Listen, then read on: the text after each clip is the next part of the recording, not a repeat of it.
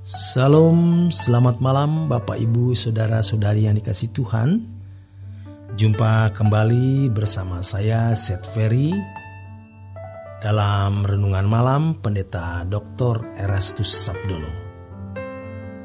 Malam hari ini bertemakan peringatan Tuhan.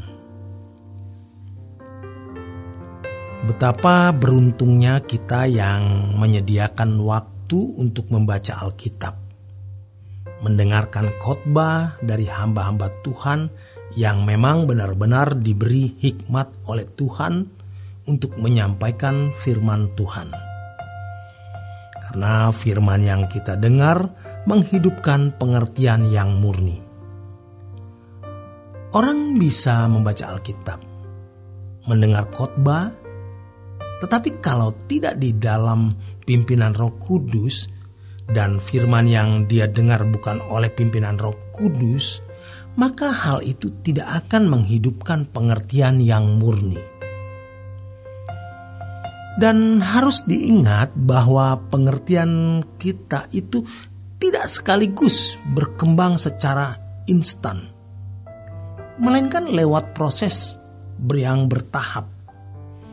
Seakan-akan kehidupan kita yang mencari Tuhan tidak mengalami perubahan yang berarti, tetapi lewat proses yang panjang. Ketekunan yang dilakukan dalam waktu sekian tahun, baru kita bisa benar-benar melihat perbedaannya. Sejatinya pemberitaan firman Tuhan yang benar itu memuat peringatan-peringatan. Entah kita sadari atau tidak, kita sering mendengar peringatan-peringatan itu.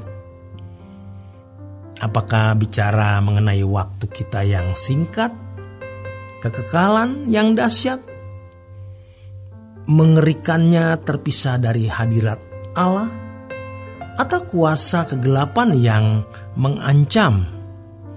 Peringatan-peringatan tersebut menghidupkan pengertian yang murni. Dan pasti hidup kita menjadi tidak ceroboh. Kita bisa menyaksikan orang-orang yang hidup dengan sembrono dan tidak memedulikan kekekalan. Walaupun tidak mau masuk neraka, tetapi mereka mengarahkan diri ke api kekal. Tentu tidak ada orang yang mau masuk neraka, tetapi mereka tidak mau memperkarakan hidupnya dengan Tuhan. Tidak memiliki pengertian yang murni, karena tidak pernah mendengar peringatan-peringatan. Kegentaran yang kita miliki sekarang harus sudah ada dalam suasana ini.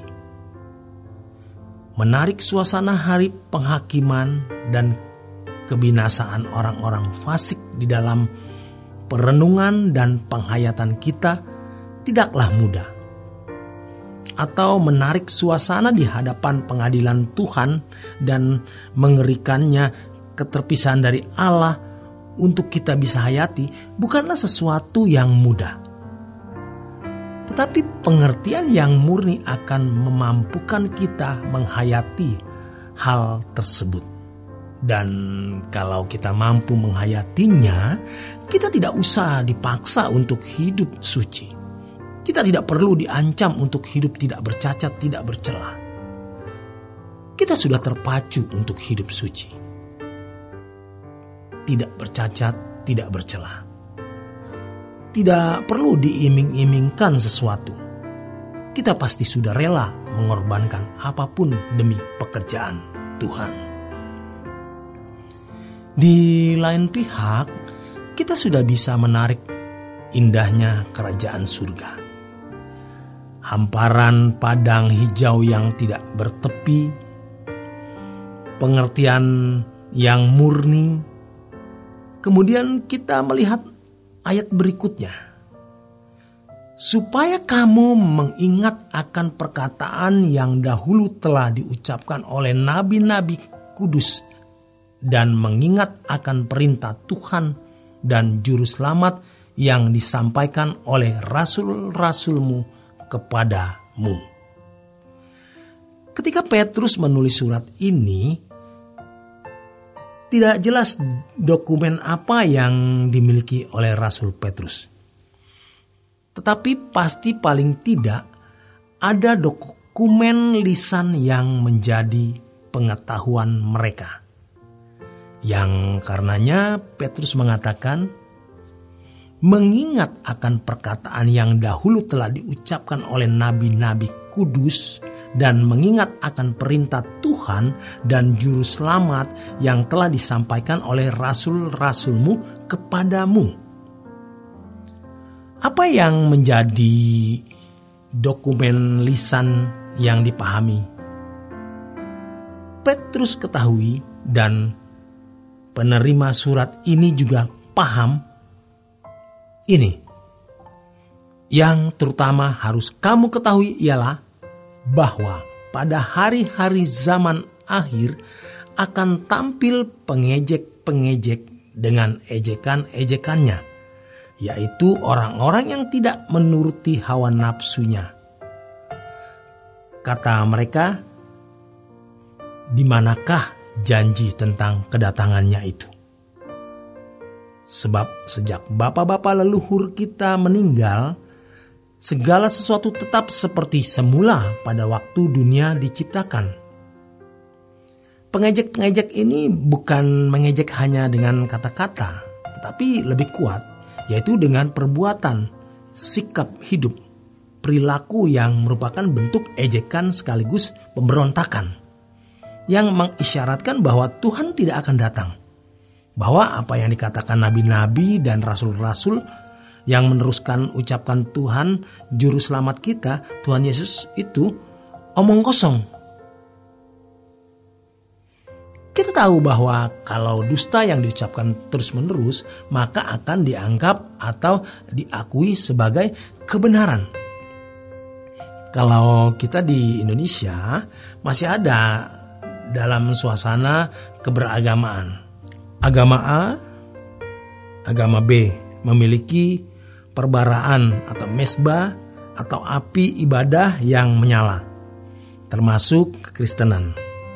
Tapi kalau kita menyaksikan asal kekristenan itu di daerah Palestina, lalu daerah asal dari kekristenan itu di Indonesia yang merupakan hasil sending atau misionaris atau utusan Injil dari Eropa, mereka sama sekali tidak memedulikan apakah Tuhan Yesus akan datang atau tidak. Benar-benar mereka tidak memiliki pengertian yang murni, karena sudah tidak ada lagi peringatan-peringatan. Banyak sekolah tinggi teologi dan seminari-seminari yang berkualitas akademis yang tinggi, tetapi gereja bangkrut. Berarti tidak ada pengertian yang murni oleh peringatan-peringatan. Kalau kita bicara LB3, itu peringatan. Kalau kita sering mengumandangkan atau mendengar langit baru, bumi baru, langit baru, bumi baru, itu peringatan. Secara tidak langsung itu mengingatkan dunia bukan rumah kita. Semua ini akan berakhir. Kita akan menyongsong langit baru dan bumi baru.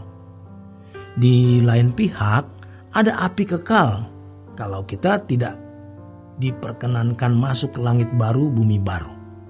Setiap kali kita bicara soal kesucian hidup, tidak bercacat, tidak bercela, itu juga peringatan. Kita harus melakukan hal ini atau kita akan binasa. Demikian kebenaran firman Tuhan malam hari ini. Selamat berjuang, selamat beristirahat. Tuhan memberkati.